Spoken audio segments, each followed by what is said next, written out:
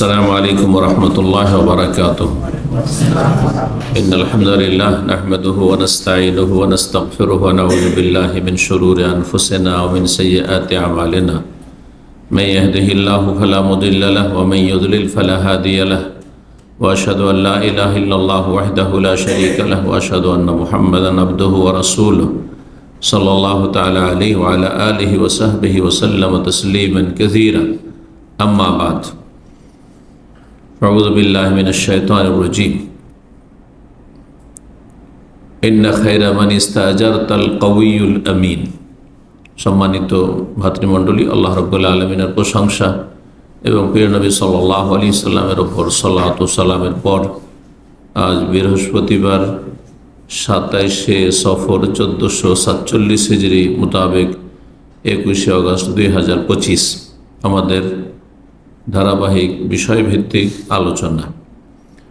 আলোচনার বিষয়বস্তু একটি গুরুত্বপূর্ণ হক এবং হক সম্পর্কে, অধিকার সম্পর্কে, প্রাপ্য সম্পর্কে আমরা 20-এরও বেশি আলোচনা করেছি। এটি সর্বশেষ আপাতত। যদি দেখা যায় যে আরও কিছু হক সম্পর্কে আলোচনা বাকি আছে, আল্লাহ তৌফিক দিলে ইনশাআল্লাহ তাআলা আলোচনা করব। তবে এই 20 থেকে 22টি হকের বিষয় বা অধিকারের বিষয় অত্যন্ত গুরুত্বপূর্ণ বিষয়। আজকাল যদিও অধিকাংশ মানুষ বই পুস্তক পড়তে চায় না, কিন্তু এটা যদি পুস্তকের আকারে আল্লাহর কোনো বান্দাকে তৌফিক আল্লাহ দেন না নিয়ে আসতে পারে, তো অনেক বড় একটা গুরুত্বপূর্ণ খেদমত হবে। আল্লাহ যেন তৌফিক দান করেন। আল্লাহ রাব্বুল আলামিন হক থেকে আমরা শুরু করেছি এবং সর্বশেষ হক হচ্ছে মানুষ মালিকের হক। মানুষের মালিকানা যে আল্লাহ দিয়েছেন সীমিত মালিকানা। কিছু মানুষকে আল্লাহ অধীনে করেছেন, কিছু মানুষের যাদেরকে আল্লাহ নেতৃত্ব দিয়েছেন, ক্ষমতা দিয়েছেন অথবা মালিকানা দিয়েছেন, তাদেরও কিছু হক রয়েছে। গত সপ্তাহের বিপরীত আলোচনা ছিল, সেটা হচ্ছে যে শ্রমিক বা গৃহকর্মী যারা কাজকর্ম করে তাদের হক, তাদের অধিকার মালিকের ওপর। আর আজকের হক হচ্ছে মালিকের হক। যারা শ্রম দেয়, কাজকর্ম করে, কারো অধীনে আন্ডারে কাজ করে, আর তাদের দায় দায়িত্ব কী রয়েছে, তাদের ওপর অধিকার কী রয়েছে মালিকের। এই মর্মে বেশ কিছু আয়াত রয়েছে এই হকগুলির সাথে সম্পর্কিত। এই জন্য আমরা কোরআনে কারীমের আলোকে প্রথম আলোচনা করব এবং তার সাথে রাসূলুল্লাহ সাল্লাল্লাহু আলাইহি সাল্লামের হাদিসগুলি কিছু আপনাদের সামনে পেশ করব। আল্লাহ রাব্বুল আলামিন যেন এই বিষয়টিকে সুন্দরভাবে পেশ করার তৌফিক দান করেন এবং আমাদেরকে আপন আপন জায়গা থেকে যে যে পর্যায়ে আছি অন্যের হক আদায়ের তৌফিক দান করেন। যদি জান্নাত পেতে হয় তো যেমন রবের হক আদায় করতে হবে, যিনি সত্যিকারের মালিক আর মালিক, মালিক ইয়াউমিদ্দিন এবং মালিকিন নাস। আল্লাহর দুটি হচ্ছে নাম, মালিক আর মালিক। সূরা ফাতিহাতে প্রসিদ্ধ তেলাওয়াতে রয়েছে মালিক, আর সূরা নাসে রয়েছে মালিকিন নাস। জি, তিনি সব কিছুর মালিক আর সব কিছুর মাবুদ, সব কিছুর রব। আর মানব জাতির মধ্য থেকে এক শ্রেণীর লোককে আল্লাহ ক্ষুদ্র মালিকানা দিয়েছেন, সীমিত মালিকানা দিয়েছেন। তো মালিকদের হক ইসলামের দৃষ্টিতে আল্লাহ রাব্বুল আলামিন সূরা কাসাসের আয়াত নম্বর 26-এ মূসা আলাইহিস সালাম সম্পর্কে, যে মূসা আলাইহিস সালামের ফেরাউনের দেশ মিশর থেকে নিজের জীবন রক্ষার জন্য বেরিয়ে যাওয়া যৌবনকালে, আর তারপরে মাদিয়ান নামক শহরে এসে পৌঁছা, দীর্ঘ সময় ধরে পায়ে হেঁটে কষ্ট করে সফর করে সেখানে যখন পৌঁছিলেন ক্ষুধার্ত এবং ক্লান্ত পরিশ্রান্ত হয়ে, আর না কাউকে চেনেন, না কোনো পরিচয় আছে, না আশ্রয়স্থল আছে, কিন্তু আত্মরক্ষার জন্য সেখানে পৌঁছিলেন। আর তারপরে সেখানে দুটো মেয়েকে দেখতে পেলেন, যে তারা কিছু বকরি ছাগল নিয়ে পানি খাওয়ানোর জন্য কূপের কাছে দূরে গিয়ে দাঁড়িয়ে আছে। ঘটনা অনেকেই জানেন হয়তো, সেই ঘটনা বললে লম্বা হয়ে যাবে। তো তারপরে সেই মেয়েদের কাজটি তিনি করে দিলেন, পানি কূপ থেকে উঠিয়ে দিলেন আর তাড়াতাড়ি করে পানি পান করিয়ে দিলেন। আর তারপরে কিছুই বললেন না যে আমি ক্ষুধার্ত আছি, আমার এই প্রয়োজন আছে, তো অভাব আছে, তোমার আব্বাকে কিছু বলিও, কিছুই বললেন না। ইখলাস, আল্লাহ সন্তুষ্টের জন্য করেছি। ভালো একটা কাজ করে যদি দুনিয়াতে নগদ নগদ চেয়ে নেব, তো আখিরাতে কি পাবো? এই শিক্ষা। তারপরে কারো দ্বারস্থ না হওয়া, কারো কাছে ছোট না হওয়া, রবের কাছে ছোট হও, রব খুশি হবে।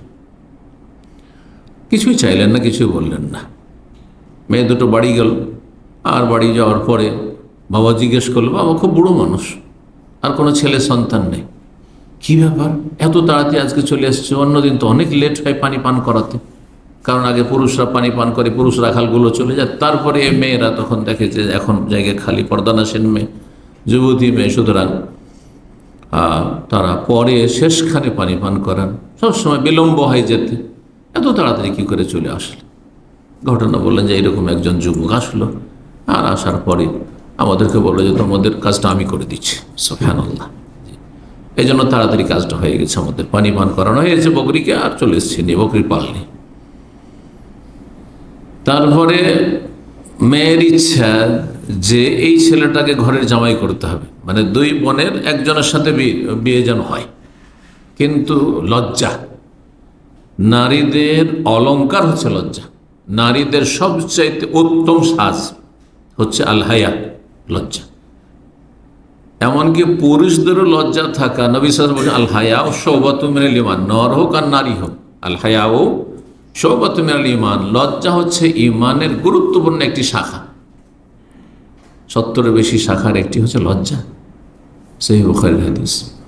লজ্জা না থাকলে মানুষ যে কোনো পাপ করতে পারে, যে কোনো কাজ করতে পারে, যে কোনো অন্যায় কথা বলতে পারে, ওরা লাগাম থাকে না কিছু। লজ্জা থাকলে সব জায়গায় চিন্তা করবে, আল্লাহকে লজ্জা পাবে, মানুষকে লজ্জা পাবে। জি, তো ইশারা ইঙ্গিতে বাবাকে ইঙ্গিত করে বলছেন, লজ্জা সরাসরি বলতে পারেন যে আমরা ওই ছেলেকে বিয়ে করতে চাই।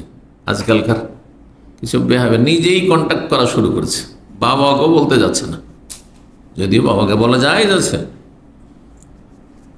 বলছে ইয়াবাতে ইস্তাজের, হে সম্মানিত পিতা, আব্বা, এই ছেলেটিকে আমাদের বাড়ি শ্রমিক হিসেবে রেখে নেন, মজদুর হিসাবে রেখে নেন, চাকর হিসাবে রেখে নেন বাড়ি, কারণ আমাদের কোনো ভাই নেই, সংসারের কাজে প্রয়োজন রয়েছে। তারপরে দুটো বৈশিষ্ট্য বলে কেন এই ছেলেটিকে রাখবেন, যুক্তি। তাহলে আদর্শ শ্রমিক, আদর্শ কর্মচারী, হ্যাঁ, আদর্শ চাকর হচ্ছে ইন্না খায়রা মান ইস্তাজারতাল কাউইয়ুল আমিন, নিশ্চয়ই সবচাইতে উত্তম, উৎকৃষ্ট, ভালো শ্রমিক হচ্ছে, ভালো চাকর হচ্ছে, ভালো মজদুর হচ্ছে যে আল কাউই, শক্তিমান, শরীরে শক্তি আছে, মানসিক শক্তি আছে, শারীরিক শক্তি আছে, ক্ষমতা আছে, হ্যাঁ, শিক্ষাগত শক্তি ক্ষমতা আছে। অযোগ্য ব্যক্তিকে কি হবে? আল কাউই একটি গুণ। আপনি যে পেশা নিয়েছেন সেটা যদি পেটের দায় শুধু নিয়ে থাকেন, না সে সম্পর্কে জ্ঞান আছে, না বাস্তব কোনো আপনার কোনো এইরকম কোনো কাজ করেছেন জীবনে, হ্যাঁ, দুনিয়ার গরজে আপনি মিছামিছি বলেছেন কাজ জানি, হ্যাঁ, লেগে গেছেন, বেতন নিচ্ছেন আপনি, হয়তো যে কোনো জায়গায় হোক না কেন, দেশে হোক আর বিদেশে হোক, তাহলে আপনি জ্ঞানের দিক থেকে, অভিজ্ঞতার দিক থেকে শক্তিশালী না, দুর্বল। কাজ অনেক ভারী কাজ নিয়েছেন, 12 ঘন্টার কাজ, রৌদ্রের কাজ, মেহনতের কাজ, জীবনে মেহনত করেননি, বাপের হোটেলে খেয়ে এসছেন, আর হঠাৎ আপনি মাঠে ঘাটে কাজ নিয়ে ফেলেছেন, আপনি, হ্যাঁ, কোম্পানিতে কাজ নিয়েছেন, হ্যাঁ, কঠিন পরিশ্রমের, আপনি শক্তিশালী না, নাকি ক্ষেত্রে দুর্বল? চিন্তা করা উচিত আপনাকে। আপনি যে কাজটা নিয়েছেন সেই যোগ্যতা নেই আপনার, শারীরিক দিক থেকে হোক, মানসিক দিক থেকে হোক, হিম্মতের দিক থেকে হোক, জ্ঞানগত দিক থেকে হোক, অভিজ্ঞতা এক্সপিরিয়েন্সের দিক থেকে হোক। আল কবি, এই ছেলেটি, এই যুবকটি ওটা শক্তিশালী। কিভাবে শক্তিশালী বুঝলেন? মেয়েগুলো দূরে দাঁড়িয়ে আছেন আর তাকাচ্ছেন। আর মূসা আলাইহিস সালাম যখন পানি উঠাতে শুরু করেন কূপ থেকে, যত লোক এর আগে পানি উঠাচ্ছিল সবকে তো তারা দেখছেন, ডেলি দেখছেন যে এই পুরুষগুলো এখানকার, এই গ্রামের, এই এলাকার সব পানি উঠাচ্ছে কূপ থেকে। কিন্তু পানি ওঠা দিকে তাদের মধ্যে দুর্বলতা রয়েছে। আস্তে ধীরে বালতি উঠাচ্ছে, আর বালতি উঠা দিয়ে কমজোর লোকেরা যখন কূপ থেকে পানি উঠিয়েছেন, কেউ কুয়া থেকে পানি উঠিয়েছেন, কমজোর লোক যে রশি আছে ও কূপের দেয়ালের সাথে ঘেঁষতে ঘেঁষতে ঘুষে ঘুষে টেনে হেঁচড়ে কোন রকম করে উঠাবে।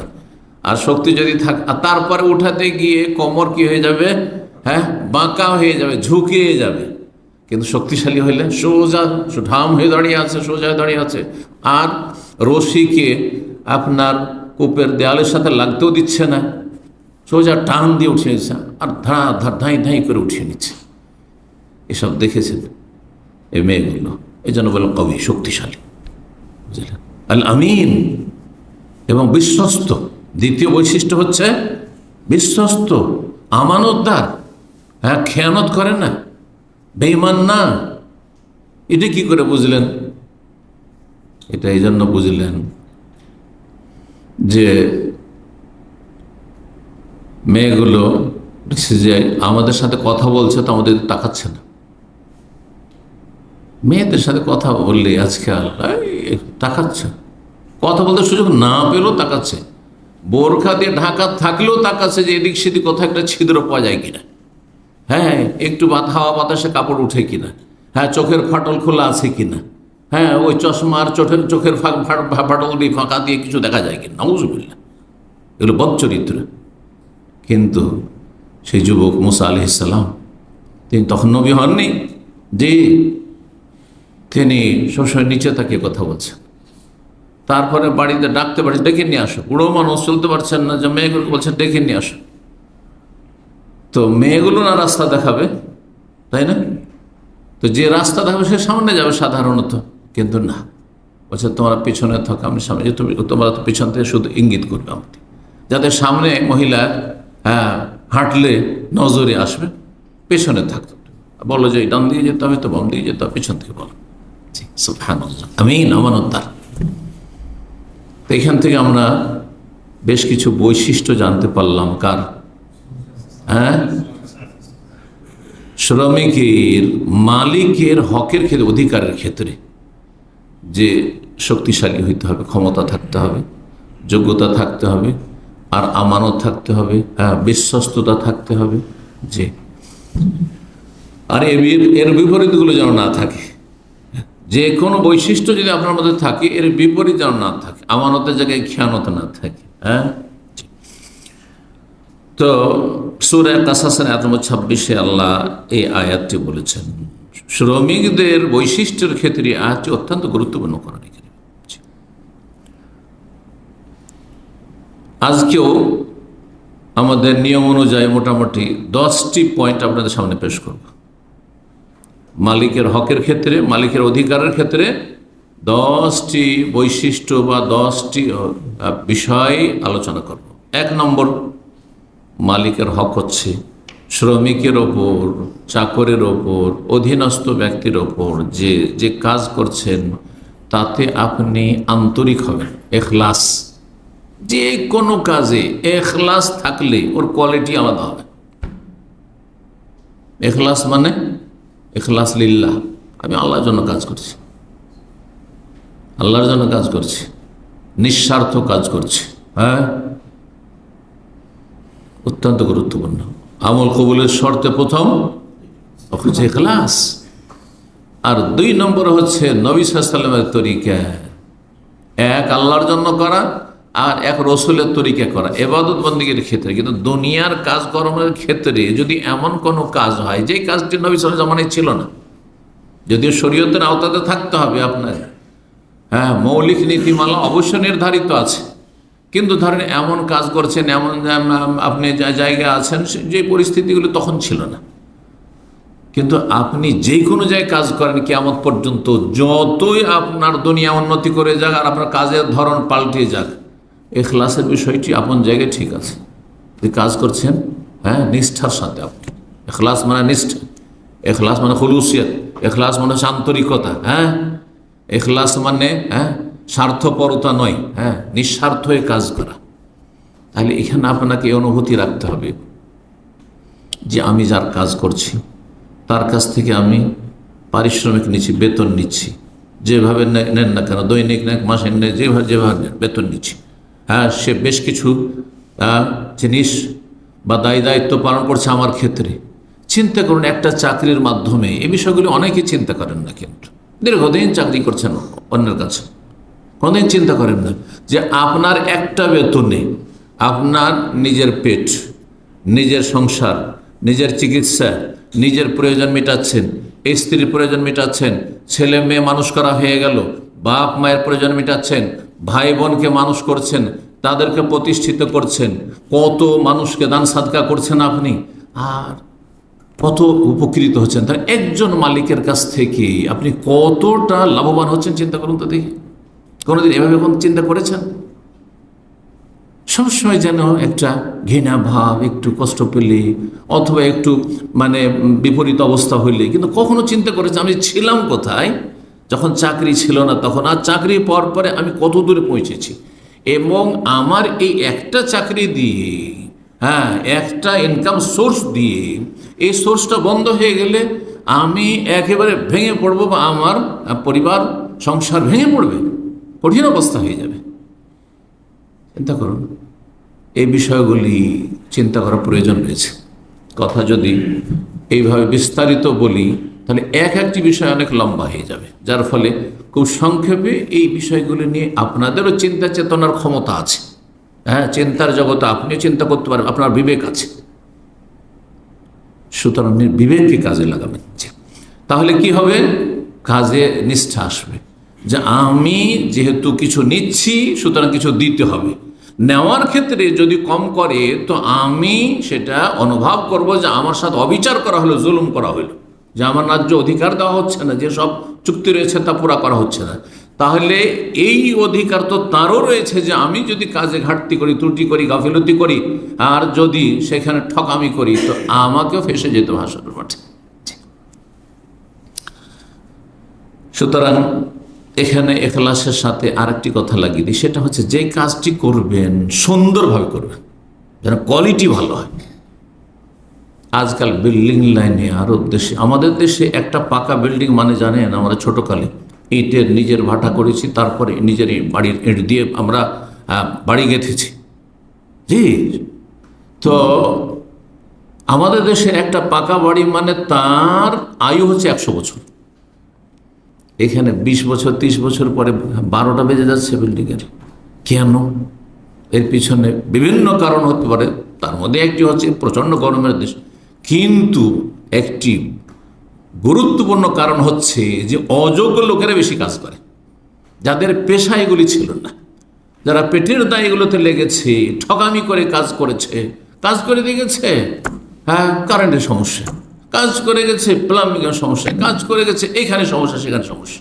আরে ভাই, যেই কাজ আপনি জানছেন না, তাহলে আপনি সেই ক্ষেত্রে আপনি দুর্বল, কাউই শক্তিশালী নন, অযোগ্য আপনি, তাহলে খেয়ানত করেছেন আপনি, আমানত রক্ষা করেননি, জি দায়িত্ব পালন করেননি আপনি, রবের কাছে সামনে গিয়ে হাসরের মাঠে আপনার কঠিন অবস্থা হয়ে যাবে। জি, তো কাজকে সুন্দরভাবে করতে হবে। আয়াত শোনাই, সূরা তাওবা আয়াত নম্বর 105, আল্লাহ বলছেন ওয়াকুল ইমালু, হে নবী মানব জাতিকে বলে দাও, এ মালু তোমরা কাজ করো, কর্ম করো, কর্মহীন হইলে হবে না, জি অলস হইলে হবে না, কর্মঠ হইতে হবে। এ মালু কর্ম করো, কাজ করতে হবে, যে কাজ করে সে এগিয়ে যায়, যে ময়দানে কাজ করবে যত বেশি মেহনত করবে এগিয়ে যাবে।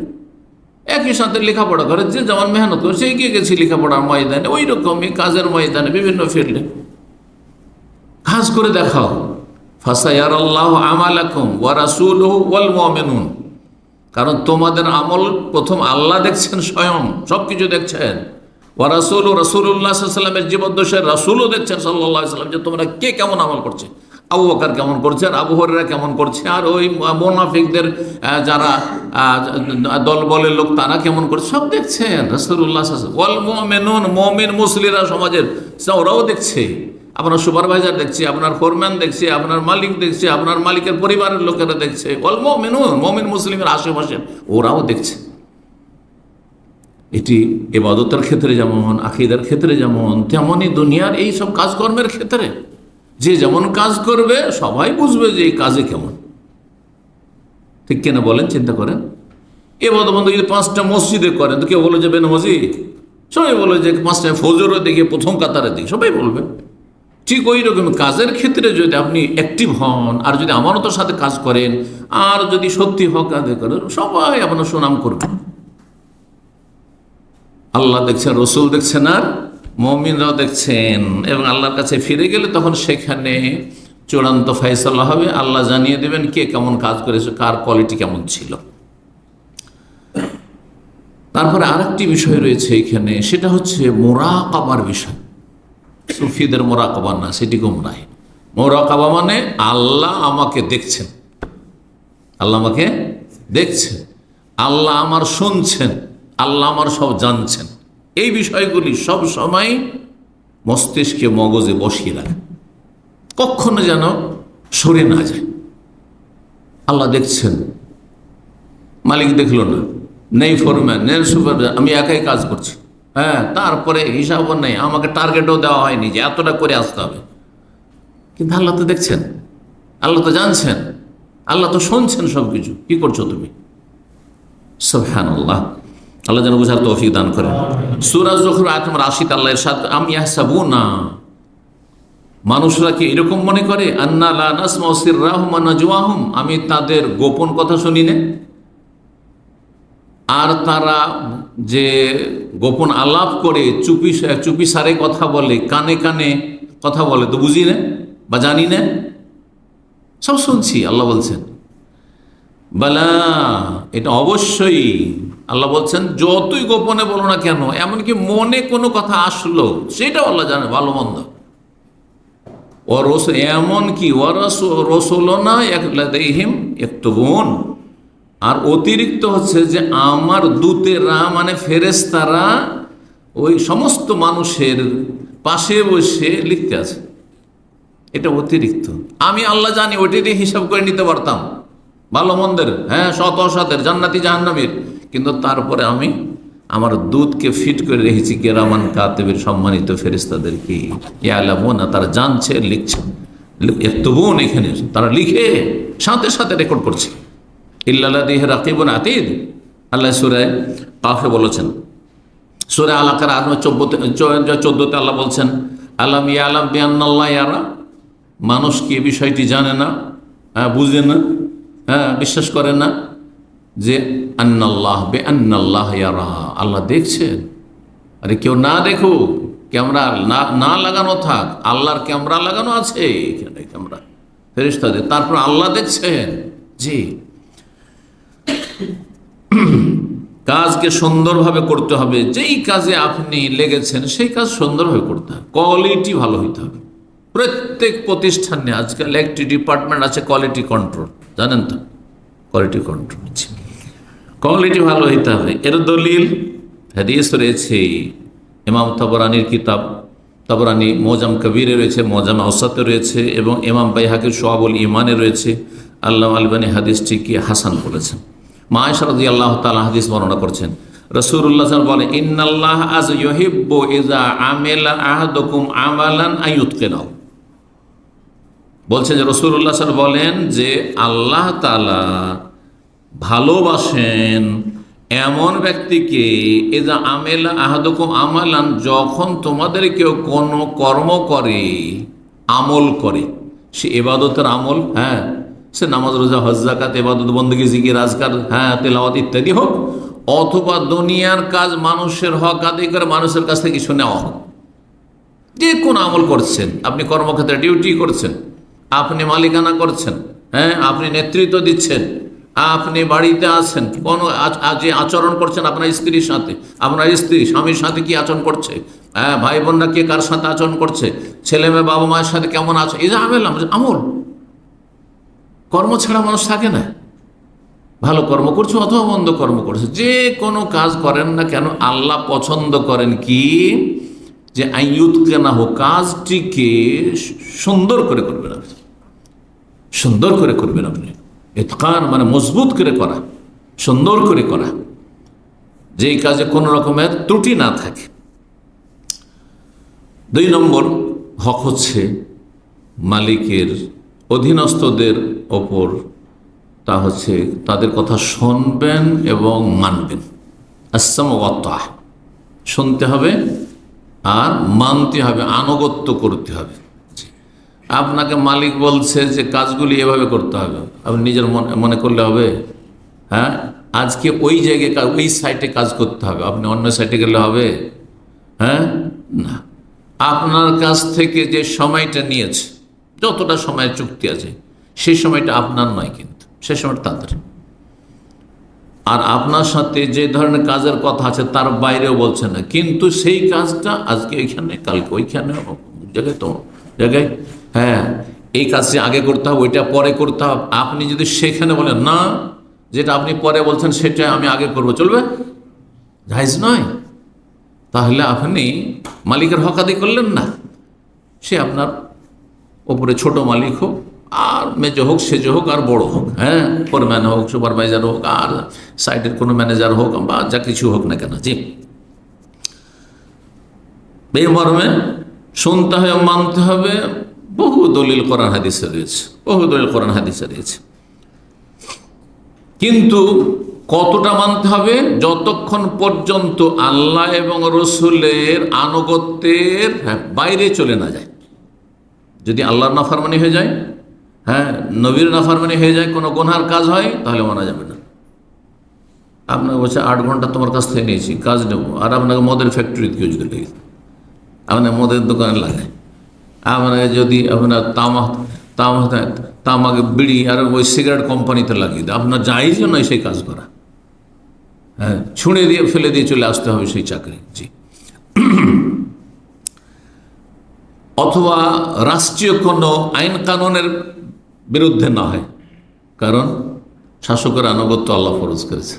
হ্যাঁ, আপনার যে মালিক, শাসকের আন্ডারে, সে দেশের একজন নাগরিক, তার উপরে শাসকের দেশের বৈধ আইন কানুন রয়েছে, সেটা মেনে চলতে হবে। প্রথম কোরআন হাদিসের কথা মেনে চলতে হবে, আর কোরআন হাদিস বিরোধী যদি শাসকের আইন না হয় সেটাও মেনে চলতে হবে, উলিল আমরি মিনকুম। আর তার উপরে আপনার যে মালিক রয়েছে, সে ব্যক্তি মালিক হোক, প্রতিষ্ঠান মালিক হোক, যেখানে আছেন না কেন, তাদের শুনতে হবে এবং মানতে হবে। সূরা নিসা 59 আল্লাহ ইরশাদ করেছে, ইয়া আইয়ুহাল্লাযীনা আমানু আতিউল্লাহ ওয়া আতিউর রাসূল ওয়া উলিল আমরি মিনকুম, হে ঈমানদারগণ, তোমরা আল্লাহকে মানো, আল্লাহর আনুগত্য করো, মানে সহজ ভাষায় আল্লাহকে মানো, আল্লাহর আদেশ নিষেধ মানো, আর রসুলের আনুগত্য করো, রসুলকে মানো সাল্লাল্লাহু আলাইহি ওয়াসাল্লাম, ও উলিল আমরি মিনকুম, আর তোমাদের মধ্যে যারা তোমাদের দায়িত্বশীল তাদেরকে মানো, তাদের আদেশ নিষেধ মানো। আপনার উপরে যতগুলি আছে, যত স্তরে যার আন্ডারে আপনাকে কাজ দেওয়া হয়েছে, সবই আপনার উলিল আমরের মধ্যে। একজন স্ত্রীর জন্য তার স্বামী উলিল আমরের মধ্যে অন্তর্ভুক্ত, ছেলে মেয়েদের জন্য বাবা, জি, মা, এর উলিল আমর, জি, তাদের আনুগত্য করতে হবে। আল্লাহ রাব্বুল আলামিন বলছেন, আব্দুল্লাহ বিন মাসউদ রাদিয়াল্লাহু তাআলা আনহু থেকে একটি হাদিস শুনেন, নবী সাল্লাল্লাহু আলাইহি ওয়াসাল্লাম বলেন, আসসামু ওয়াত তাআতু আলাল মারইল মুসলিম, শুনতে হবে, মানতে হবে, এটা আবশ্যক, ফরজ একজন মুসলিমের জন্য, আলাল মারইল মুসলিম, মুসলিম ব্যক্তির জন্য, ফিমা আহাব্বা ওয়া কারিহা, পছন্দ লাগলেও আর অপছন্দ লাগলেও, মনোপুত হইলেও আর মনোপুত না হইলেও, বাস ইসলাম বিরোধী নয়, কিন্তু আপনাকে পছন্দ লাগে না। অনেক সময় মালিকের কথা শুনতে ভালো লাগে না, হ্যাঁ, আপনার কাছে ওর চাইতে ভালো যুক্তি আছে মনে করছে না, আপনি যেটা বলছেন যুক্তিসঙ্গত, কিন্তু আপনার যুক্তি সে বুঝতে চায় না, সে আপনার পরামর্শ নিতে চায় না। তাহলেও আপনার পরামর্শকে প্রাধান্য দিলে হবে না, আর আপনার যুক্তিতে মুক্তি খুঁজলে হবে না, আপনাকে আনুগত্যতে মুক্তি খুঁজতে হবে। জি, এই জন্য পছন্দ করেন নাই পছন্দ করেন, মালাম ইউমার বেমাসি, কত সুন্দর হাদিস, যতক্ষণ গুনার হুকুম না করা হবে, যতক্ষণ পাপের হুকুম না করা হবে। ফাইজা ওমেরা বেমাসিয়া, যদি গুনার হুকুম করে, স্ত্রীকে বলে মাসিক অবস্থায় সহবাস হারাম, আনুগত্য করা।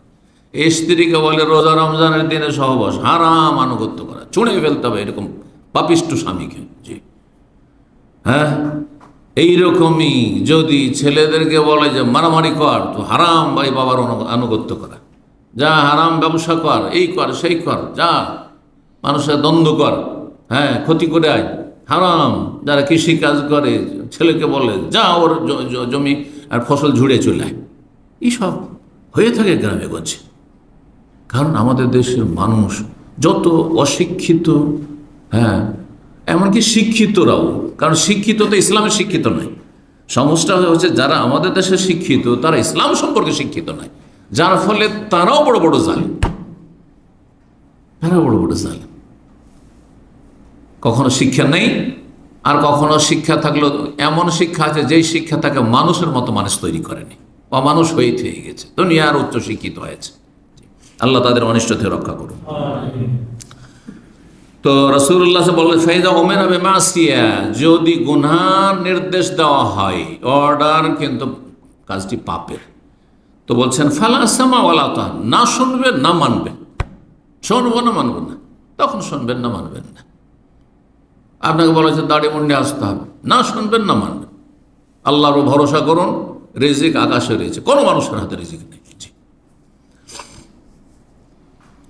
সহিহ বুখারী 6611, সহিহ মুসলিমে 3423 নম্বর হাদিস। 3 নম্বর অধিকার মালিকের, সেটি হচ্ছে আপনি যে মালিকের কাজ করছেন সেই কাজের যোগ্যতা আপনার মধ্যে থাকতে হবে, শক্তি ক্ষমতা থাকতে হবে। হ্যাঁ, আয়াত আগেই ভূমিকাতে পড়েছি, শক্তি থাকতে হবে, যোগ্যতা থাকতে হবে। শক্তি, যতগুলি শক্তি প্রয়োজন হয় আপনার কাজের জন্য, যে শক্তিগুলি প্রয়োজন হয় কাজের জন্য, অনেক সময় শারীরিক পরিশ্রমের কাজ হতো, শারীরিক শক্তি থাকতে হবে। হ্যাঁ, শিক্ষাগত আপনার যোগ্যতার প্রয়োজন, সেখানে শরীর দুর্বল হইলেও চলবে, অফিসে কাজ করছেন, হ্যাঁ অনেকে অনলাইনেই কাজ করছেন, তাতেই সন্তুষ্ট, ঠিক অনলাইনে আমার কাজটা করে দাও, যথেষ্ট না, ঠিক না? তো যেমন কাজের দাবি যে আপনাকে এই ধরনের শক্তির প্রয়োজন, এই কাজের জন্য যোগ্যতার প্রয়োজন, সেই যোগ্যতা আপনার থাকতে হবে। গাড়ি চালাবেন, আপনি যতই বড় আপনি আলেম আর হাফেজ আর যতই ডাক্তার ইঞ্জিনিয়ার হয়ে যান, যদি ড্রাইভিং না জানেন তাহলে গাড়ি চালানো চাকরি নেওয়া যায়? আমানতে খেয়ানত করলেন, অযোগ্য ব্যক্তি আপনি এমন দায়িত্ব নিলেন অযোগ্যতার সাথে, যেটি কিয়ামতের লক্ষণ, অসৎ লোকের পরিচয়। কিয়ামতের লক্ষণ হচ্ছে অযোগ্যদের নেতৃত্ব, সহিহ বুখারী হাদিসে রয়েছে, আসছে। স্মরণ করে দিচ্ছে আয়াত, ইন্না খায়রা মান ইস্তাজারতা আল কাউয়ুল আমিন, সবচাইতে উত্তম শ্রমিক হচ্ছে যে শক্তিশালী, হ্যাঁ আর আমানতদার, বিশ্বস্ত। 4 নম্বর অধিকার হচ্ছে আমানত রক্ষা করবেন। যার কাজ করছেন আমানত রক্ষা করবেন আপনি। আমানত, হ্যাঁ অনেক সময় টাকা পয়সার আমানত আপনাকে ক্যাশে বসিয়ে দিয়েছে, অনেকে আছে। একবার অনেক আগের কথা বলছি, 94-95 কথা বলছি, আল কাসিমে তখন ছিলাম 2-3 বছর। একটা পেট্রোল পাম্পের বাকালা গ্রোসারি, যে মুদিখানার দোকান, সেখানে গিয়েছি। তো যে অমুসলিম দেখছি, হিন্দু, তো ইসলামের দাওয়াত দেওয়ার জন্য তার তো একটু কথা শুরু করতে হবে, তার সাথে সরাসরি তো ইসলামের দাওয়াত দিলাম তো হিকমত না। তো তার সাথে একটু কথা বলা শুরু করলাম, কেমন আছো, ভালো আছো ইত্যাদি, কোথায় বাড়ি ইত্যাদি। আর তারপরে বললাম যে তোমার বেতন শতন কেমন কেমন চলছে, বেতন মাসের মাস ঠিক পেয়ে যাচ্ছ কিনা ইত্যাদি। তো কি বলছে জানেন? বলছে বেতন বেশি না, বেতন আমার 700 টাকাই, তবে আমি পোষিয়ে নিই, তবে আমি পোষিয়ে নিই। চিন্তা করেন আপনি, কোথা থেকে বলছে? আমি ক্যাশে বসি, আমি বাংলায় তর্জমা করছি, ও হিন্দিতে বলছে, নেপালি। ও বলছে যে আমি ক্যাশে বসি, আর মালিক সপ্তাহে একবার আসে, বলে কত ইনকাম হইলো, যা দিলাম দিলাম, বাকি আমার। আউযু বিল্লাহ, এটা তো না হয় কাফের, আল্লাহ পরকালে বিশ্বাসী নয়। বহু মুসলিম আছে এরকম হারামখোর, যে হারাম খায়, জি কোম্পানিকে ডুবিয়ে দিয়ে চলে যাচ্ছে, হ্যাঁ, মালিকের সর্বনাশ করে দিয়ে চলে যাচ্ছে। হ্যাঁ, লাভ কখনো দেখাচ্ছে না, লস আর লস শুধু। আউযুবিল্লাহ। জি, আমানত থাকতে হবে, ধন সম্পদের আমানত। হ্যাঁ, যেসব অনেকে আছেন যন্ত্রপাতি দিয়ে কাজ করছেন, সেগুলির আমানত। এখন আপনি পার্ট টাইম করবেন, আর কোম্পানির সব যত যন্ত্রপাতি সেগুলি দিয়ে কোম্পানিরও কাজ চলছে, আপনার গাড়িতে সে ব্যাগ রাখা আছে, আর সেটা দিয়ে আপনার নিজের স্বার্থেরও কাজ চলছে, পার্ট টাইমও চলছে। কোন আমানত হলো? কেন হলো না? জি, এইরকম গাড়ির ক্ষেত্রে যদি পারমিশন থাকে যে এই গাড়ি দিয়ে আপনি ঘুরেন, আপনি গোটা দাম্মাম ঘুরেন অথবা মক্কা মদিনা ঘুরে আসেন, ঘুরেন, কিন্তু আপনার যদি পারমিশন না থাকে তাহলে আপনার জন্য জায়েজ নয়। এটি আমানত গাড়ি। এইরকমই ধরেন ড্রাইভার আছে, বাচ্চাদেরকে স্কুলে মাদ্রাসায় পৌঁছে আসতে হবে, দেশও এরকম আছে, আছে না নেই? বা কাজের মেয়ে আছে দেশে, বাড়িতে যেসব কচি কাঁচা ছেলে মেয়েরা আছে তাদের দেখাশোনা পরিচর্যা অনেক সময় চলে যাচ্ছে, চাকরি করে, শিক্ষকতা করে, মহিলা ও পুরুষও বাইরে চলে যাচ্ছে, তখন এই যে সময় ছেলে মেয়েগুলো রেখে যাচ্ছে কচি কাঁচা আমানত, বাড়িতে ধন সম্পদ রেখে যাচ্ছে, সোনাদানা রেখে যাচ্ছে আমানত, খাবার দাবার রেখে যাচ্ছে আমানত, ইত্যাদি ইত্যাদি সব কিছু আমানত। ছেলে মেয়ে পৌঁছানো দিয়েছে, আপনি ড্রাইভার, দুর্বল ড্রাইভার, আর আপনি ভয় পাচ্ছেন, আর এই কচি কাঁচা বাচ্চা নিয়ে আপনি স্কুলে মাদ্রাসায় পৌঁছাচ্ছেন। আপনার বাচ্চা হলে কি পৌঁছাইতেন এরকমভাবে রিস্ক নিয়ে? চিন্তা করুন। হ্যাঁ, আপনি চান যে আপনার বাচ্চাদেরকে আপনি অ্যাক্সিডেন্ট করে মেরে ফেলেন? এই যে গাড়ি এয়ারপোর্ট থেকে নিয়ে যাওয়ার জন্য কয়েকদিন আগে ঘটনা বাংলাদেশে ঘটল, সুবহানাল্লাহ। হ্যাঁ, ওমান প্রবাসী, সেই গাড়ির যে ড্রাইভার আমানতে খেয়ানত যদি করে থাকে, অযোগ্যতার পরিচয় দিয়ে থাকে, ঘুমের চাপ আছে গাড়ি চালাচ্ছে, অথবা গাড়ি চালাতে অযোগ্য গাড়ি চালাচ্ছে, আর এইভাবে দুর্ঘটনার শিকার হয়েছে, তাহলে কিয়ামতের দিন খনি হিসাবে আসর মাঠে হাজির হবে, খনি হিসাবে হাজির হবে এই আমানতে খেয়ানত করার কারণে। সহজ বিষয়। তোমার ছেলে মেয়েরা বা তোমার যদি বাবা, তোমার ভাই যদি এই এয়ারপোর্টে যেত, তাহলে তাকে কি এই অবস্থায় তুমি রিসিভ করতে, আর এইভাবে গাড়ি চালাতে তুমি, আর এইভাবে তুমি তাদেরকে সর্বনাশ করতে, সেই পরিবারকে সর্বনাশ করতে? আল্লাহ বোঝার তৌফিক দান করেন। অসৎ লোকদের অনিষ্ট থেকে আল্লাহ হেফাজত করুন মুসলিম ভাই বোনদের। জি, তো আমানত অত্যন্ত গুরুত্বপূর্ণ জিনিস। দলিল ওই যে মুসা আলাইহিস সালামের ঘটনা নাই, যে সোয়াইব, কেউ বলছেন সোয়াইব নবী আলাইহিস সালাম, আর সঠিক হচ্ছে অনেকে বলেছেন গবেষকরা যে অন্য কোনো সোয়াইব ছিলেন। তো যাই হোক, তার যে দুই মেয়ে, কিন্তু দিনদার পরেশগার মানুষ, পরেশগার পরিবার, মেয়ের কি বলেছিলেন? ইন্না খায়রা মান ইস্তাজারতাল কওয়ি আল আমিন, সবচাইতে উত্তম শ্রমিক হচ্ছে, উত্তম মজদুর হচ্ছে, কর্মচারী হচ্ছে যার মধ্যে কি আছে? আমানত আছে। আমিন, যে আমানতদার, যে বিশ্বস্ত, আমানত থাকতে হবে। অনেক সময় কথার আমানত থাকে, যে কোম্পানির বেশ কিছু গোপন রহস্য রয়েছে, সেই রহস্য যদি অন্যকে জানিয়ে দেন, তাহলে এই কোম্পানি হয়তো ডাউন হয়ে যাবে, অন্যরা এগিয়ে যাবে, কম্পিটিশনের মার্কেট, আমানত। এই বিষয়গুলি কর্মক্ষেত্রে যারা আছেন, ব্যবসা বাণিজ্যে তারা বুঝেন। ব্যবসা বাণিজ্য অনেক এর কথার আমানত রয়েছে, আর তারপরে কাজকর্মের আমানত রয়েছে, পলিসির আমানত রয়েছে, বিভিন্ন বিষয় রয়েছে। জি, আমানত রক্ষা করতে হবে, কারণ এর উপর আপনি চুক্তিবদ্ধ হয়ে এসেছেন। যদি আমানত না থাকে আপনার মধ্যে, খেয়ানত করেন, তাহলে আপনার মধ্যে মুনাফিকি চরিত্র রয়েছে। মুনাফিক, আয়াতুল মুনাফিকে সালাস, সহিহ বুখারী মুসলিমের হাদিস। মুনাফিকের লক্ষণ হচ্ছে তিনটি: ওয়াদা করলে ওয়াদা খেলাফি করা, কথা বললে মিথ্যা কথা বললা, আর আমানত দিলে ওয়াইদা উতুমেনা খানা, খেয়ানত করা। আমানত রক্ষা করছেন না। অনেকে বাড়িতে কাজ করেন, কাজের মেয়ে অথবা কাজের ছেলে, চাকর অথবা ড্রাইভার, বাড়িতে ঝগড়া বিবাদ হইতে পারে, বাড়িতে কোনো সমস্যা, পারিবারিক সমস্যা, তাদের স্বামী স্ত্রীর সমস্যা থাকতে পারে, ছেলে মেয়েদের মধ্যে সমস্যা থাকতে পারে, কিছু আভ্যন্তরীণ দুর্বলতা তাদের থাকতে পারে বাড়ির। সেগুলি করে কি হাউস ড্রাইভারগুলো আর এই যে কাজের মেয়েগুলো করে কি, যত তাদের সাথী সঙ্গী আছে সাঙ্গপাঙ্গ তিলকে তাল করে শেয়ার করে, তিলকে তাল করে শেয়ার করে। খেয়ানত করলেন না। আপনাকে বাড়ির একজন মেম্বার হিসাবে ভাবতে হবে যে আমি এই বাড়ির সদস্য, হ্যাঁ, সুতরাং এই বাড়ির সম্মান যাওয়া না আমার সম্মান যাওয়া, তা না করে তিলকে তাল করে এরা বয়ান করে। আমি এদের সাথে মিশে দেখেছি, এরা সব অসৎ চরিত্রের অধিকাংশ, যারা ঘরে কাজ করে অধিকাংশ অসৎ চরিত্রের। মালিকের 12টা বাজিয়ে দেয় তার মান ইজ্জতের, কোনো কিছু রাখে না। জি, এমনটা যেন না হয়।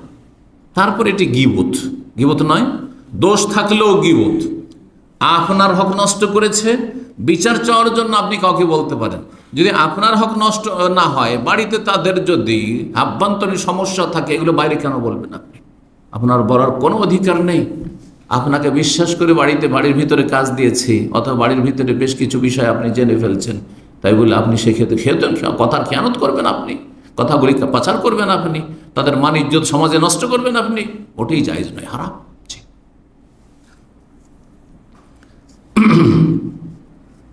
5 নম্বর হক সততা, সত্যবাদী হবে। কাজের ক্ষেত্রে যদি সততা থাকে, তাহলে ডিউটির ক্ষেত্রে সততা, হ্যাঁ, আপনার কাজের সময়গুলির ক্ষেত্রে সততা, তাই না, দায় দায়িত্ব পালনের ক্ষেত্রে সততা। মানুষ হিসাবে কখন যেন ত্রুটি হয়ে যায় যে আমার একটু ঘাটতি হয়ে গেছে, অন্য জায়গায় দিয়ে আমি বেশি করে দেবো যাতে করে আমি ফেঁসে না যাই, এইরকম চিন্তা সবসময় থাকতে হবে। দুর্বলতা থাকতে পারে, মানুষ মানে দুর্বলতা থাকতে পারে। সুতরাং এই দুর্বলতা থেকে মুক্তির উপায় হচ্ছে যে কম হয়েছে কোথাও বেশি করে দেন। কিন্তু আপনি বাইরে কাজ করছেন, বাইরে ঘোরাফেরা করছেন, বাইরে আপনি আড্ডা দিচ্ছেন, যখন জিজ্ঞাসা করছে কোথায়, বলছে কাজে আছি, কোম্পানি কাজে আছি, প্রতিষ্ঠানের কাজে আছি, এই করছি সেই করছি। না, আপনি খেয়ানত করলেন, আপনি মিথ্যুক, আপনি কাযাব, আপনি মিথ্যা কথা বলেন। এগুলো কাবিরা গুনাহ, জি, কারণ বান্দার হকের সাথে সম্পর্কিত এই আপনার এই মিথ্যা। তো আল্লাহ রাব্বুল আলামিন কোরআনে কারিমে ইরশাদ করেছেন সূরা আহজাবের আয়াত 70-71, ইয়া আইয়ুহাল্লাযীনা আমানুত্তাকুল্লাহ ওয়া কুলু কাওলান সাদীদা, হে ইমানদারগণ তোমরা আল্লাহকে ভয় করো এবং সঠিক কথা বলি। সঠিক কথা হচ্ছে সত্য কথা, আর এর বিপরীত হচ্ছে বেঠিক কথা, মানে মিথ্যা কথা, যেটা ঠিক নয়, অবাস্তব। অবাস্তব মানে মিথ্যা। ভদ্র ভাষা, আজকাল কিছু ভদ্র ভাষা আমরা বলে থাকি, এটা অবাস্তব কথা, যে সরাসরি মিথ্যা কথা। মিথ্যা বললে আঘাত লাগে বেশি, মিথ্যা বললে শুনতে খারাপ লাগে একটু, মিথ্যুক বানিয়ে দিল, আপনি মিথ্যা কথা বলছেন, রেগে আপনি আগুন হয়ে যাবেন, কিন্তু আপনি অবাস্তব কথা বলছেন, বুঝলেন না ভদ্র ভাষা, যে আপনাকে মিথ্যুক বলা হইল, তাই না? জি, কুলু কাওলান সাদীদা, সঠিক কথা বলবে। সঠিক কথা বললে হবে ইউসলিহ লাকুম আমালাকুম, তোমাদের কাজগুলি আরো সুন্দর করে দেবেন, দীর্ঘদিন তুমি তো ওই মালিকের কাছে থাকতে পারবে।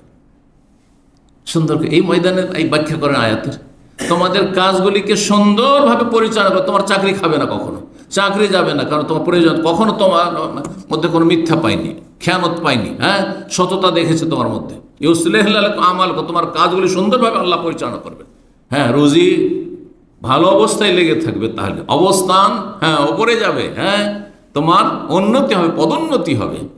ওয়াগফির লাকুম যুনুবাকুম, আর বড় কথা, আল্লাহ তোমার ভুল ত্রুটিগুলো মাফ করে দেবেন, কারণ তুমি আল্লাহকে ভয় করেছো আর সঠিক কথা বলেছো, সত্য কথা বলেছো, কখনো মিথ্যার আশয় দাওনি। আল্লাহ রাব্বুল আলামিন যেন আমাদের ভুল ত্রুটি মাফ করেন। নবী সাল্লাল্লাহু আলাইহি হাদিস আব্দুল্লাহ ইবনে মাসউদ রাদিয়াল্লাহু তাআলা বর্ণনা করেছেন, রাসূলুল্লাহ বলেন, আলাইকুম বিসসিদক, তোমরা সততাকে মজবুত করে ধারণ করো, সত্যবাদী হও। ফাইন্না সিদকা ইয়াহদি ইলাল বির, কারণ সততা মানুষকে নেকির রাস্তায় নিয়ে যায়। সত্যবাদী সময় নেকির রাস্তায় থাকে। ওয়াইনাল বিররা ইয়াহদি ইলাল জান্নাহ, আর নেকি জান্নাতের রাস্তা দেখায়। ওয়াইয়াকুম আল কাযিব, তোমরা সাবধান মিথ্যা থেকে, কখনো মিথ্যা আচরণ করবে না, হ্যাঁ, মিথ্যা রিপোর্ট দেবে না, মিথ্যা কথা বলবে না, মিথ্যা লিখবে না, কোনো কিছু করবে না, মিথ্যা জীবনযাপন করবে না, মিথ্যার আশ্রয় নেবে না।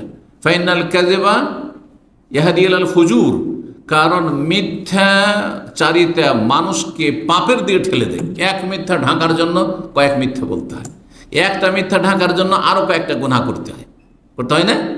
জি, এটি দেশের প্রবাদ আছে কিন্তু, যে একটি পাপ ঢাকার জন্য কয়েক পাপ করতে হয়। অনেক উদাহরণ আছে। জি, ওয়াইনাল ফুজুরা ইয়াহদি ইলান নার, আর পাপ মানুষকে জাহান্নামের দিকে নিয়ে চলে যায়। আর মানুষ যখন সবসময় মিথ্যা কথা বলতে থাকে আর মিথ্যা আচরণ করতে থাকে, অহরহ মিথ্যা বলছেন, অহরহ মিথ্যা আচরণ করছেন আপনি, মিথ্যার আশ্রয় নিচ্ছেন আপনি কর্মস্থলে বা যে কোনো জায়গায়, তখন কি হয়, হাত্তা ইউক্তাবা ইনদাল্লাহি কাযযাবান, আল্লাহর কাছে আমলনামাতে ফেরেশতারা আপনাকে কাযযাব, মিথ্যুক বলে লিখে দেয়। এই লোকটি মিথ্যুক, আপনার রিপোর্ট হচ্ছে যে আপনি সত্যবাদী না, মিথ্যুক। আর মিথ্যুক জাহান্নামে যাবে, নবী সাল্লাল্লাহু আলাইহি ওয়াসাল্লাম বলছেন ইয়াহদি ইলান নার। 6 নম্বর অধিকার হচ্ছে আপনি যার কাজ করছেন হিতাকাঙ্ক্ষী হবেন। হিতাকাঙ্ক্ষী, দরদি হবেন আপনি, ভালো চাইবেন আপনি, কল্যাণকামী হবেন আপনি। রাসূলুল্লাহ সাল্লাল্লাহু আলাইহি ওয়াসাল্লামের হাদিস সহিহ মুসলিমে রয়েছে 82 নম্বর হাদিস, প্রসিদ্ধ আর দিনুন নাসিহা। দিন ইসলাম হচ্ছে হিতাকাঙ্ক্ষী হওয়ার নাম, কল্যাণ কামনার। যে কোনো মানুষের, রব থেকে শুরু করে মানুষ, যে কোনো স্তরের মানুষের জন্য আপনি দরদি হবেন। নাসিহা মানে দরদি হওয়া, হিতাকাঙ্ক্ষী হওয়া, কল্যাণকামী হওয়া, মঙ্গল কামনা করা, শুভ কামনা। দিন হচ্ছে, দিন ইসলাম হচ্ছে কিসের নাম? হিতাকাঙ্ক্ষী হওয়ার নাম। সাহাবীরা এই এত সংক্ষেপ কথা বুঝে উঠতে পারলেন না, বলেন লিমান হিয়া ইয়া রাসূলুল্লাহ, কার জন্য হিতাকাঙ্ক্ষী হব, কার জন্য শুভ কামনা করব? বল লিল্লাহি, আগে আল্লাহর জন্য। আল্লাহর জন্য শুভ কামনা, হিতাকাঙ্ক্ষী হওয়া, যে আল্লাহর তৌহিদ প্রতিষ্ঠা করবেন, আল্লাহ সব কিছু দিচ্ছেন, আর দরগা দুর্গায় ধর্ণা দিচ্ছেন, এমন মুশরিক হবেন না আপনি। আল্লাহ আপনাকে সৃষ্টি করলেন আর আল্লাহ কি অস্বীকার করলেন, আল্লাহ নেই, নাস্তিক। কত বড় নিমক হারাম, চিন্তা করুন। মুশরিক, দেন সব কিছু আল্লাহর, ছেলে মেয়ে দিলেন আল্লাহ, রোগ ভালো করলেন আল্লাহ, বলছে বাবার দরগাহে গিয়ে ভালো হয়েছে। কত বড় নিমক হারাম। এই জন্য মুশরিক, কাফের এবং নাস্তিক, যতগুলো কাফের আছে সব হচ্ছে সবচেয়ে বড় নিমক হারাম। নন খায়, রেজেক খায়, হায়াত, যত নিয়ামত সব রবের ভোগ করে, মাবেকুম মিন নিয়ামাত ফামিন আল্লাহ, আর আল্লাহকে একেবারে অস্বীকার, আল্লাহর অস্তিত্বকে এবং নাস্তিক, আর না হলে বহুত্ববাদী, আল্লাহর হক অন্যকে দিয়ে দেয়। বলে রাসূলহি, আল্লাহর জন্য হিতাকাঙ্ক্ষী হবে, রসুলের জন্য হবে, কিতাবের জন্য হবে, আর কার জন্য হবে? বলে আইম্মাতিল মুসলিমিন, মুসলিম নেতাদের জন্য বা মালিকের জন্য, আপনার মালিক যে কোনো স্তরের মালিক হোক তার জন্য হবে, ওলামাদের জন্য হবে। আইম্মাতুল মুসলিমের মধ্যে ওলামা, কারণ আলেমদের ছাড়া জান্নাতের রাস্তা আপনি খুঁজে পাবেন না। জান্নাতের রাস্তা আপনাকে আলেমই দেখাবে। আইম্মাতুল মুসলিমের মধ্যে 1 নম্বরে আলেম। জি, শাসক অনেক সময় ইসলাম বিরোধী কাজ করতে পারে, কিন্তু সত্যি আলেম যদি আলেম হয়, এলমের কথা আপনাকে বলে, আপনাকে জাহান্নামের রাস্তা দেখাবে না। বেদাতি আলেম কোনো আলেম নেই, মাজার পূজারি সুফি আলেম কোনো আলেম না। আলেম হচ্ছে কোরআন সুন্নাহর আলেম, হচ্ছে আলেম।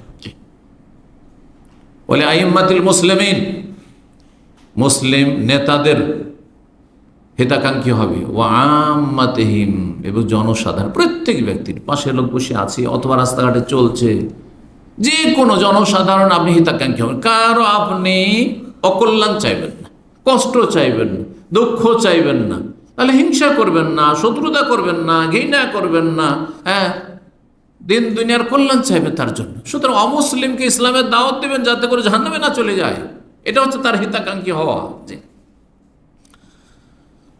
তো 6 নম্বর হক হয়ে গেল। তো নবী সাল্লাল্লাহু আলাইহি ওয়াসাল্লামের আরেকটি হাদিস রয়েছে, জারির বিন আব্দুল্লাহ, প্রখ্যাত সাহাবী রাদিয়াল্লাহু তাআলা আনহু, তিনি বলছেন, বায়াত রাসূলুল্লাহ, আমি রাসূলুল্লাহ সাল্লাল্লাহু আলাইহি ওয়াসাল্লাম শপথ করেছি, হাতে হাতে বায়াত করেছি, কি আলা ইকামিস সালাত ওয়া ইতাইজ যাকাত, যে 5 ওয়াক্ত সালাত কায়েম করব, যাকাত দেব, ওয়া নুসহে লিকুল্লি মুসলিম, আর প্রত্যেক মুসলিমের আমি হিতাকাঙ্ক্ষী হব, শুভ কামনা করব।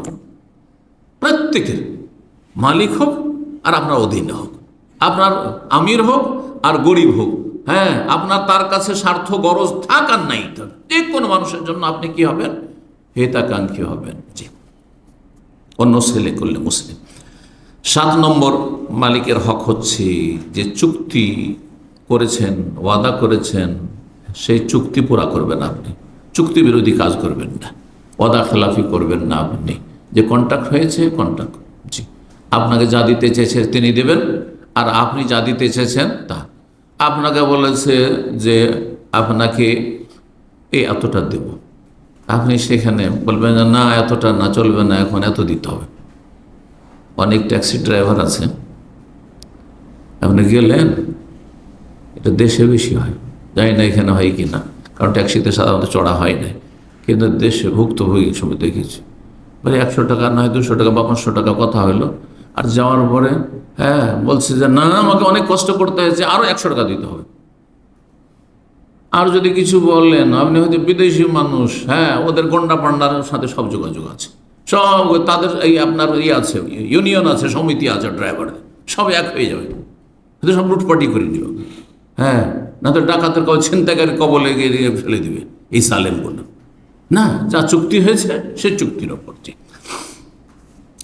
এক কথায় যে চুক্তি হয়েছে, কাজের চুক্তি হয়ে থাকে, যে কাজের সেই কাজ করতে হবে। এবং কতটা কাজ করতে হবে? মেশিনের মতো মানুষ কাজ করবে না, কারণ মেশিন 12 ঘন্টা অন করে দিয়েছেন, চলতেই আছে হয়তো, ধরেন কোনো মেশিন 24 ঘন্টাও চলতে পারে, কিন্তু মানুষ কি 24 ঘন্টা কাজ করতে পারবে অবিরাম? তাহলে তার প্রয়োজন রয়েছে কিছু রেস্টের, বিশ্রামের ইত্যাদি। তার মানুষের যে প্রাকৃতিক প্রয়োজন, পেশাব পায়খানা, তারপরে সলাত ইত্যাদি, তা তো রয়েছে। তাহলে সাধারণ মানুষ স্বাভাবিক যে কাজ করে সেই অনুযায়ী আপনি কাজ করবেন, তার কমও না এবং তার বেশি যদি আপনার থেকে তলব করা হয় তাহলে তারা জালেম হবে। সূরা মায়েদার প্রথম আয়াত আল্লাহ ইরশাদ করে, ইয়া আইয়ুহাল্লাযীনা আমানু আউফু বিল উকুদ, হে ঈমানদারগণ তোমরা চুক্তি পুরা করো, চুক্তি পুরা করো। যে যার সাথে চুক্তি করেছো, ওয়াদাবদ্ধ হয়েছো, প্রতিশ্রুত হয়েছো, প্রতিশ্রুতি পুরা করো। রাসূলুল্লাহ সাল্লাল্লাহু আলাইহি ওয়াসাল্লাম হাদিস, আবু দাউদে রয়েছে 3120 এবং তিরমিজিতে 1772। আল্লামা আলবানী ইরওয়াউল গলিল তার একটি ফিকহের তাখরিজের কিতাব রয়েছে, তাতে 1313 নম্বর হাদিসটিকে সহিহ বলেছেন। হাদিস শুনে আপনাদেরকে বলছেন, রাসূলুল্লাহ সাল্লাল্লাহু আলাইহি ওয়াসাল্লাম থেকে বর্ণনা করে আমর ইবনে আওফ আল মুজানি, যে রাসূলুল্লাহ সাল্লাল্লাহু বলেন, আসসুলহু জায়েজুন বাইনাল মুসলিম, মুসলিমদের মাঝে মীমাংসা, সন্ধি, চুক্তি করা জায়েজ, তবে এমন চুক্তি চলবে না যাতে হারামকে হালাল করা হয়, হালালকে হারাম করা হয়। ওয়াল মুসলিমুন আলা শুরুতিহিম, এই অংশটুকু বিশেষ করে আমাদের বক্তব্যের সাথে সম্পর্কিত। মুসলিম তার শর্তের ওপর অটল থাকবে। মুসলিমুনা আলা শুরুতিহিম, মুসলিমরা নিজের কন্ডিশন, শর্তের ওপর অটল থাকতে হবে, যে শর্ত করেছে তারপর অটল থাকতে হবে। তবে ইল্লা শারতান, এমন কোন শর্ত যদি লাগিয়ে দেওয়া হয়, হারামা হালালান, হালালকে দিল হারাম করে, অথবা আহাল্লা হারামান, হারামকে হালাল করে দিল, এইটা চলবে না। জায়েজের আওতাতে যদি শর্ত হয়ে থাকে তাহলে সে শর্ত কি করতে হবে? পূরণ করতে হবে, যেই দিক থেকে হোক না কেন, ওপর দিক থেকে হোক আর নিচের দিক থেকে হোক। 8 নম্বর অধিকার হচ্ছে আপনার দায়িত্বে যেসব মাল সামান রয়েছে অথবা যা কিছু রয়েছে আপনার কাছে, ধরেন আপনাকে একটা গাড়ি দেওয়া আছে, আপনি কোম্পানি গাড়ি চালাচ্ছেন, আপনি দেশে কারো ড্রাইভার, আপনি কোনো ব্যক্তির ড্রাইভার, আপনাকে একটা গাড়ি দেওয়া হয়েছে, তার সাথে আর কিছু দেওয়া হয়েছে, যা দেওয়া হয়েছে এগুলির আপনি হেফাজত করবেন, হেফাজত করা আপনার দায়িত্ব। যদি হেফাজত না করেন তো আমানত আপনি খেয়ানত করলেন এবং আপনি আল্লাহ রাব্বুর কাছে আসামের কাঠগড়ে হাজির, বান্দার হক নষ্ট করলেন। সূরা নিসার 58 আল্লাহ ইরশাদ করেছেন, ইন্নাল্লাহা ইয়ামুরুকুম আন তুআদ্দুল আমানাতি ইলা আহলিহা, আল্লাহ তোমাদেরকে হুকুম করছেন, নির্দেশ দিচ্ছেন যে তোমার আমানত আদায় করবে আমানতওয়ালার, যার আমানত, যার হক তার কাছে আমানত কি করবে? আদায় করে দেবে, পৌঁছিয়ে দিবে। তো আপনি যার কাজের দায়িত্ব নিয়েছেন, যার ডিউটির দায়িত্ব নিয়েছেন, আর তার এগনিস্টে আপনি বেতন নিচ্ছেন বা হক নিচ্ছেন, আপনার যে অধিকার নিচ্ছেন আপনি, তাহলে এই আমানত আপনাকে আমানতওয়ালার আদায় করে দিতে হবে। সুতরাং এমন কিছু না হয় যে কোনো রকমের একটু মনোমালিন্য হয়েছে মালিকের সাথে, কোনো রকমের একটু হয়তো বকা খেয়েছেন, কোনো রকমের একটু হয়তো কষ্ট পেয়েছেন, সেই জন্য ভাঙচুর করবেন, নষ্ট করবেন, আর সেটা পাচার করবেন। অনেক খেয়ানতকারী আছে, যখন দেশে যায় এরা মাল সামান যতটা অ্যালাও আছে তার চাইতে অনেক বেশি করে নিয়ে যায়, বরং কার্গো করে পাঠায় এমন সামান। কোথায় পায় সামান? সব পাচার করেছে।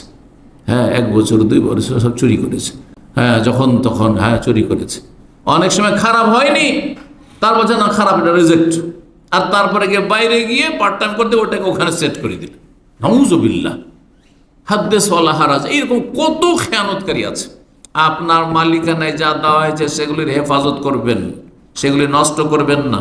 সেগুলি স্বাভাবিক অবস্থায় নষ্ট হবে, আপনি আল্লাহর কাছে ধরা খাবেন না।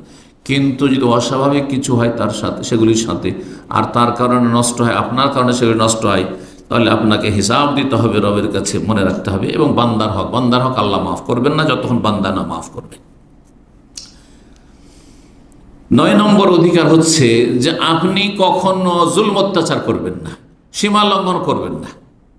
দুর্বলও কখনো কখনো জুলুম করে, সবল করে না। বিড়াল মানুষকে নুচে না, নুচে না, বিড়ালও হাতিকে নুচে নেই। হ্যাঁ, তো দুর্বল অনেক সময় সবলের ওপর কি করে দেয়? সীমা লঙ্ঘন করে, জুলুম অত্যাচার করে। আপনার দ্বারা কোনো রকমের কোনো শারীরিক অত্যাচার জুলুম না হয়, বিচার না হয়, কোনো এমন ভাষাগত জুলুম অত্যাচার না হয়, বা আচার আচরণগত কোনো রকম জুলুম অত্যাচার না হয় আপনি যার কাজ করছেন তার ক্ষেত্রে অথবা তার পরিবারের সদস্যদের ক্ষেত্রে। আল্লাহ রাব্বুল সূরা নিসা আয়াত 14 ইরশাদ করেছে, ওয়া ইয়াসিল্লাহ ওয়া রাসূলাহ, যারা আল্লাহ এবং রাসূলের নাফরমানি করবে, ওয়া তাআদ্দা হুদুদাহ, এবং সীমা লঙ্ঘন করবে, আল্লাহর যে সীমানা হালাল হারামের রয়েছে, জায়েজ নাজায়েজ রয়েছে, সেটাকে লঙ্ঘন করবে, ইউদখিলহু নারান খালিদান ফিহা, আল্লাহ তাকে, ওই শ্রেণীর লোককে জাহান্নামের আগুনে ঢুকাবেন, জাহান্নামে নিক্ষেপ করবেন, খালিদান ফিহা, সেখানে চিরকাল থাকবে। যদি হারামকে হালাল মনে করে, জুলুমকে হালাল মনে করে, অনেকে মনে করে তার টাকা হালাল, আমার চুরি করা হালাল, হ্যাঁ, তার এটা করা হালাল, সেটা করা, তার ভাঙচুর করা হালাল, হ্যাঁ, সীমা লঙ্ঘন করলেন, তাকে মেরেছি আমি, ঠিক করেছি আমি, তাহলে হারামকে আপনি হালাল মনে খুন করে দিয়ে বলছে আমি ঠিক কাজ করেছি, তাহলে সেই ব্যক্তি বড় কাফের, খালিদান ফিহা, চিরকাল থাকবে জাহান্নামে।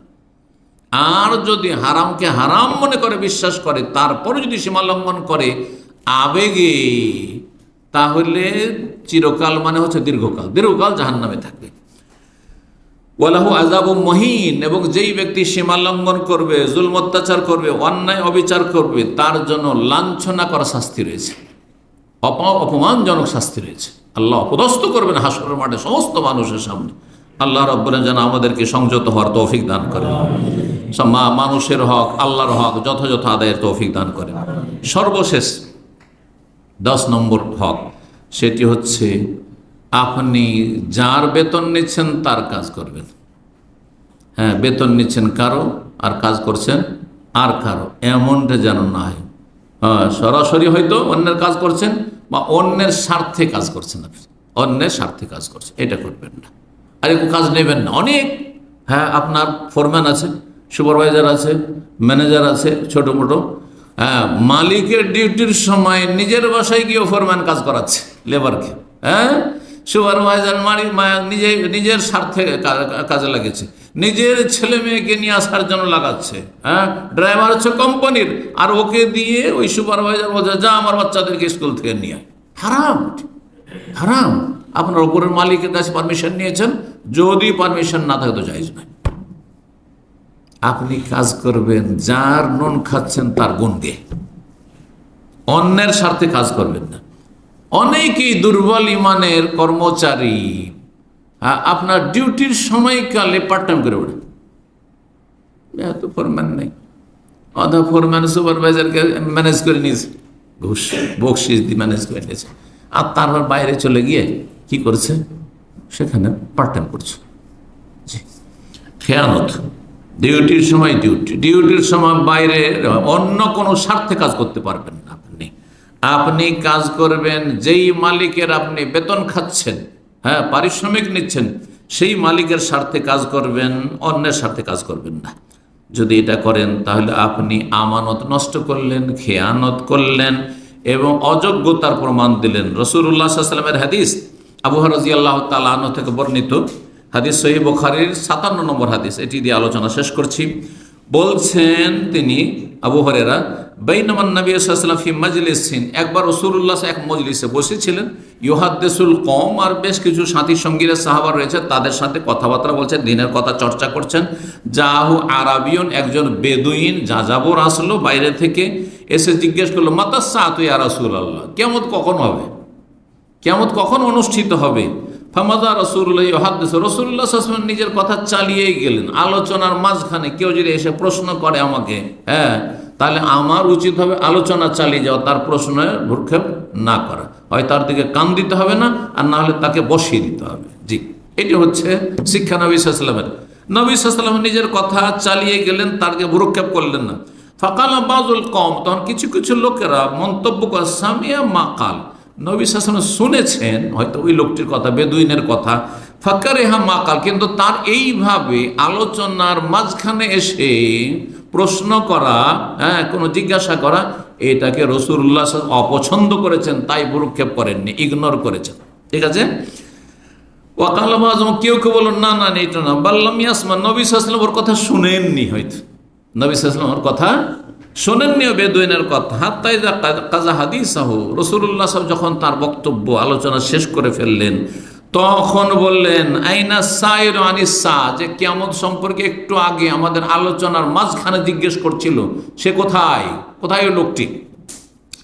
কালা হা আনা ইয়া রাসূলুল্লাহ, তখন এই বেদুইন বলছে, এই যে আমি, হ্যাঁ আনা, এই যে আমি, ইয়া রাসূলুল্লাহ সাল্লাল্লাহু আলাইহি ওয়াসাল্লাম। তখন নবী সাল্লাল্লাহু আলাইহি ওয়াসাল্লাম বলে, ইযা দুইয়াতুল আমানাতু ফান্তাজিরিস সাহ, যখন আমানতকে বরবাদ করে দেওয়া হবে, আমানতকে বিনষ্ট করা হবে, আমানতকে নষ্ট করে দেওয়া, আমানতে খেয়ানত, আমানত নষ্ট করা মানে কি? খেয়ানত করা। আমানতে যখন খেয়ানত করা হবে, নষ্ট করা হবে, তখন ফান্তাজিরিস, কিয়ামতের অপেক্ষা করি, কিয়ামত কাছে চলে এসছে। আজকাল ওপর মহল থেকে নিচ মহল পর্যন্ত যাকে যে আমানত দেওয়া হচ্ছে, অধিকাংশ ইল্লা মান রাহিম আল্লাহ, আমানতকে নষ্ট করে ফেলেছে, আমানত নষ্ট করেছে। দেশে শান্তি প্রতিষ্ঠা করবে, অশান্তি, সেখানে অশান্তির রাজ কায়েম করেছে। দেশে নিরাপত্তা কায়েম করবে, নিরাপত্তা বলে কিছু নেই। দেশের চাঁদাবাজি বন্ধ করবে, কোনো কিছু নেই। দেশে আইন কানুনকে শক্তিশালী করবে, সবল করে, কোনো কিছু নেই। দেশে যতগুলি মানুষের শান্তিতে ঘুমাবার জন্য প্রয়োজন, শান্তিতে চলাফেরার জন্য প্রয়োজন, শান্তিতে রুজি রোজগারের প্রয়োজন, লা তাজলিমুনা ওয়া লা তুজলামুন, না জুলুম করবো না কারো জুলমের শিকার হবে, এগুলি মানুষ চায়। মানুষ কি চায়? আর মানুষ চায় যে কোনো রকম পেটে দুটো খেয়ে যেন আরামে শান্তিতে ঘুমাতে পায়। সেটাই যদি কায়েম না করে দেয়, তো কত বড় অযোগ্য লোক এরা। আর সেই অযোগ্য লোকের আমানতকে নষ্ট করেছে।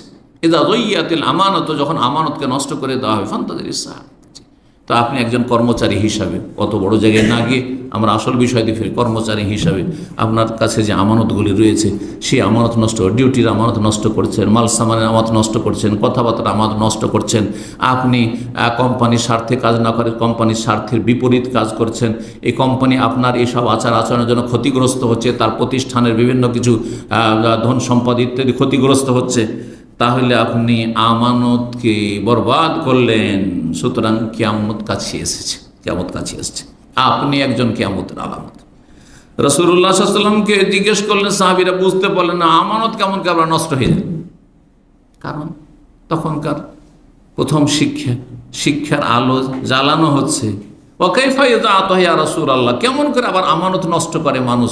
বলেন, ইযা উসসিদাল আমরু ইলা গায়রি আহলিহি ফান্তাজিরিস, যখন অযোগ্যকে কোনো মালিকানা দেওয়া হবে, দায়িত্ব দেওয়া হবে, কাজের ভার দেওয়া হবে, তখন জানিও যে কিয়ামত কাছে চলে এসেছে। সব জায়গার অযোগ্য আর অযোগ্য, যোগ্য মানুষ পাওয়া মুশকিল।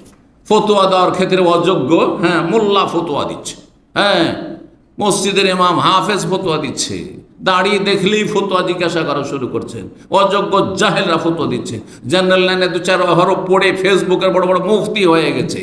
এগুলি কিয়ামতের লক্ষণ সব। যা ওসসিদাল আমরু ইলা গায়রি আহলি, যখন অযোগ্য লোকের দায়িত্বে কোনো কিছু দিয়ে দেওয়া হবে, অযোগ্য, তারপর এই কাজ করেন আপনি, এই ফতোয়াটা দেন, এই মশলা দেন, আর তারই কিছু ফ্যান হয়ে গেছে, তাকে স্টেজে নিয়ে এসে জলসায় মাহফিলে লাগিয়ে দিয়েছেন, আর তার কাছ থেকে ফতোয়া নিচ্ছেন আপনি চেয়ারে বসে, আর সে ফতোয়া দিতে আছে। ফান্তাজির কিয়ামতের লক্ষণ এগুলি। যেখানে আছেন না কেন, কর্মচারী অযোগ্য, যোগ্যতা নেই, আর তারপরে আপনি সেই কাজ কাঁধে নিয়েছেন, তাহলে জানতে হবে এটি কিয়ামতের আলামত। আল্লাহ রাব্বুল আলামিন যেন আমাদেরকে ইখলাসের সাথে কাজ করার তৌফিক দান করেন, হালাল রুজিতে বরকত দান করেন, হারাম থেকে বেঁচে থাকার তৌফিক দান করেন, ভুল ত্রুটি আল্লাহ মাফ করেন। আল্লাহ যেন দুনিয়া আখিরাতের সার্বিক সুখ শান্তি দান করেন, সমস্ত বালা মুসিবত থেকে, ফিতনা ফাসাদ থেকে, অশান্তি থেকে, পাপাচার থেকে আল্লাহ আমাদের সকলকে বেঁচে থাকার তৌফিক দান করেন। ওয়া জাযাকুমুল্লাহু খাইরান ওয়া সাল্লাল্লাহু ওয়া সাল্লাম নবিয়ানা মুহাম্মদ ওয়া আলা আলিহি ওয়া সাহবিহি আজমাইন।